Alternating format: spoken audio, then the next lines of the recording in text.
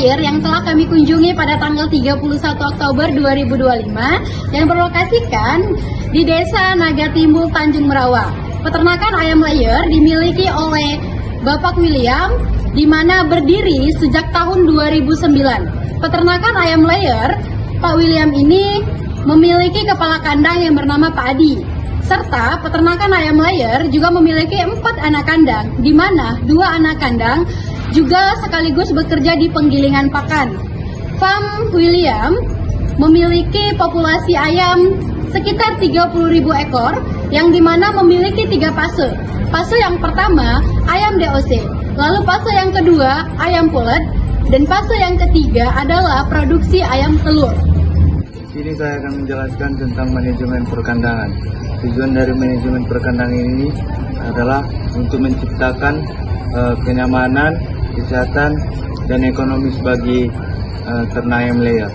Yang pertama, saya menjelaskan tentang adanya 2 jenis kandang pada ayam layer. Yang pertama yaitu kandang liter atau yang disebut dengan kandang dengan alas sekam. Biasanya ini dipakai untuk ayam yang berumur di fase starter sampai grower. Ini dipakai dan selanjutnya kandang baterai memakai peralatannya memakai besi dan kawat. Biasanya kandang baterai ini untuk ayam layer atau ayam yang sudah siap berproduksi. Pemilihan lokasi kandang yaitu kandang dengan tanah datar, jauh dari pemukiman warga, jauh dari jangkauan hewan-hewan ternak. Selanjutnya pada kandang baterai ini biasanya berukuran 500 cm3 yang diisi dengan 1 ekor ayam. Kelebihan dari kandang baterai ini produksi telur yang bersih, efisien dalam memantau kesehatan ayam. Selanjutnya saya akan menjelaskan manajemen kesehatan, yaitu di bagian program vaksinasi dan pemberian obat-obatan. Nah, pemberian vaksin diberikan secara teratur dan terjadwal agar untuk menjaga sistem kekebalan tubuh ayam. Nah, untuk program vaksinasi dan obat-obatannya dapat dijelaskan seperti di samping ini. Selanjutnya saya akan menjelaskan mengenai masa pemeliharaan ayam layer fase starter. Nah, untuk fase starter ini dimulai dari umur 0 sampai 4 minggu. Nah, sebelum menerima DOC, kandang itu terlebih dahulu disuci hamakan dan disapu hingga bersih, lalu dibersihkan menggunakan deterjen dan desinfektan yang kemudian nanti ditaburi oleh kapur barus. Nah, setelah itu dilanjutkan dengan penerimaan DOC. Nah, di fase penerimaan DOC ini sudah terlebih dahulu disiapkan kandang untuk DOC, di mana diadakannya chip guard untuk melindungi ayam dan juga memastikan ayam tetap hangat. Setelah itu disiapkan juga sekam setinggi kurang lebih 5 cm untuk memastikan bahwa ayam ini tidak langsung mengenai lantai. Nah, setelah sudah dipastikan bahwa sekamnya sudah ada dan juga chip guardnya sudah terpasang, disediakan juga tempat air minum dan tempat makan untuk ayam-ayam yang baru datang. Di peternakan William, DOC yang diterima sudah terlebih dahulu dipotong paruhnya untuk mengurangi tingkat kanibalisme dan juga meningkatkan efisiensi pakan. Selanjutnya adalah fase grower, yang mana fase grower ini biasanya di antara 6 sampai 20 minggu. Tujuan dari fase grower ini adalah untuk membentuk kerangka tubuh, sistem organ, dan memastikan uniformitas atau keseragaman yang baik sebagai penentu puncak produksi. Pemberian pakan juga akan diberikan berdasarkan bobot badan standar untuk mencegah kedewasaan seksual yang terlalu cepat ataupun terlalu lambat. Dan kebutuhan protein juga harus mulai dikurangi di antara kisaran 15 sampai 16%. Selain itu, program pencahayaan juga harus diatur untuk merangsang pertumbuhan dan dewasa kelamin secara tepat waktu. Pada fase puncak produksi, tingkat bertelur dapat mencapai sekitar 95% HND. Artinya, dari 100 ekor ayam, 95 ekor menghasilkan telur setiap harinya.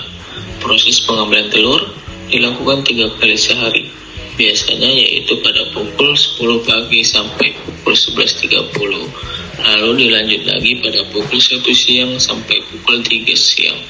Dan juga pukul 4.30 sore sampai pukul 5 sore.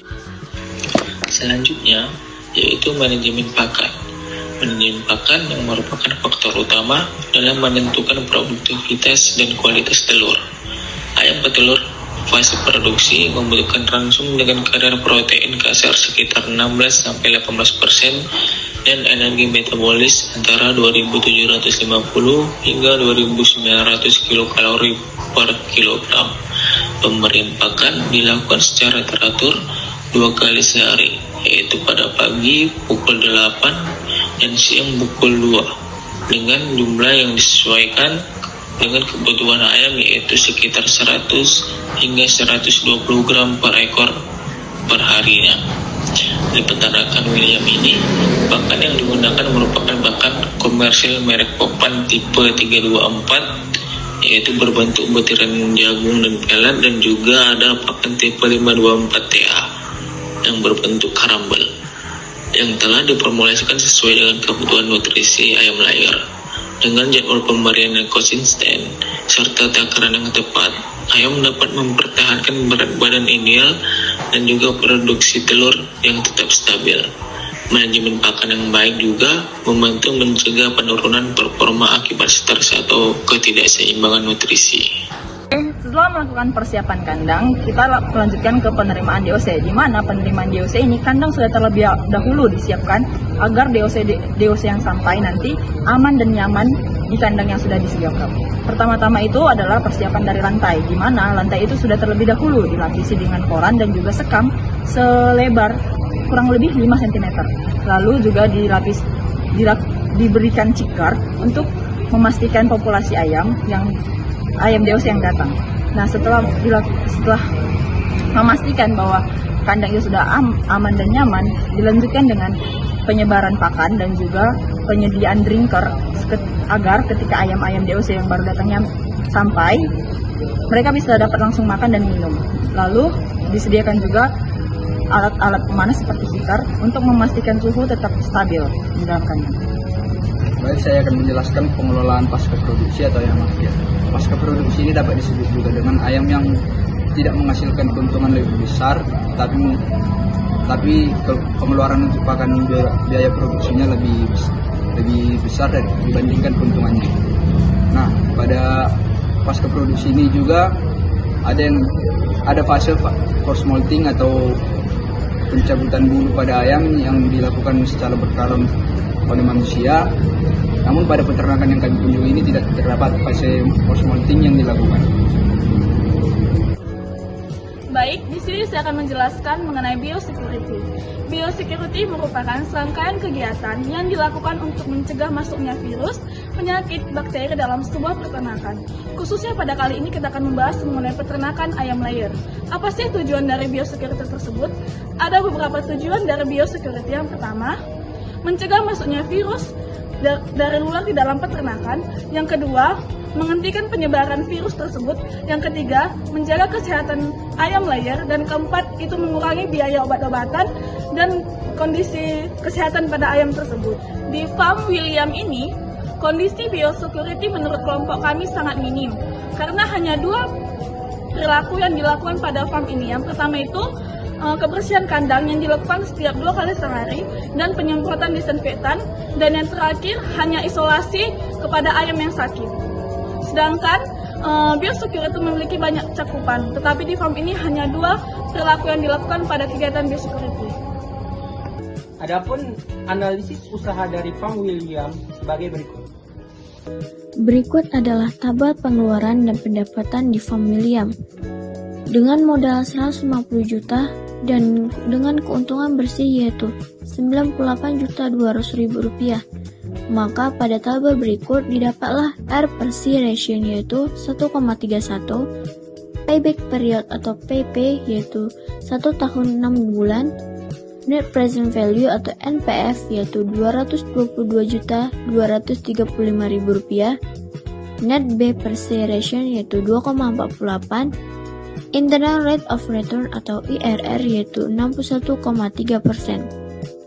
Berdasarkan kelima kriteria analisis finansial tersebut, maka usaha ternak ayam petelur di Farm William ini dinyatakan sangat layak dan menguntungkan untuk dijalankan. Baiklah, selanjutnya saya akan menjelaskan tentang penanganan limbah dan ayam yang mati pada Farm William. Ayam yang mati harus segera dikeluarkan dan dimusnahkan atau dibakar agar tidak menjadi sumber penularan penyakit. Adapun kotoran unggas tidak ada pengelolaan terlebih dahulu, melainkan dijual dengan harga Rp3.000 per goninya. Farm William membeli bibit di PT Cairan Pokpan Indonesia. Adapun kendalanya yaitu banyaknya hama di sekitar kandang dikarenakan biosecurity yang kurang. Adapun pemecahan masalahnya yaitu dilakukan dengan memperbaiki manajemen kandang dan biosecurity. Pada setiap tiang kandang dipasang penghalang berupa plat seng atau bahan licin berbentuk kerucut atau silinder agar tikus tidak dapat memanjat ke kandang, atau dengan memasang alang perangkap dan menjaga kebersihan kandang.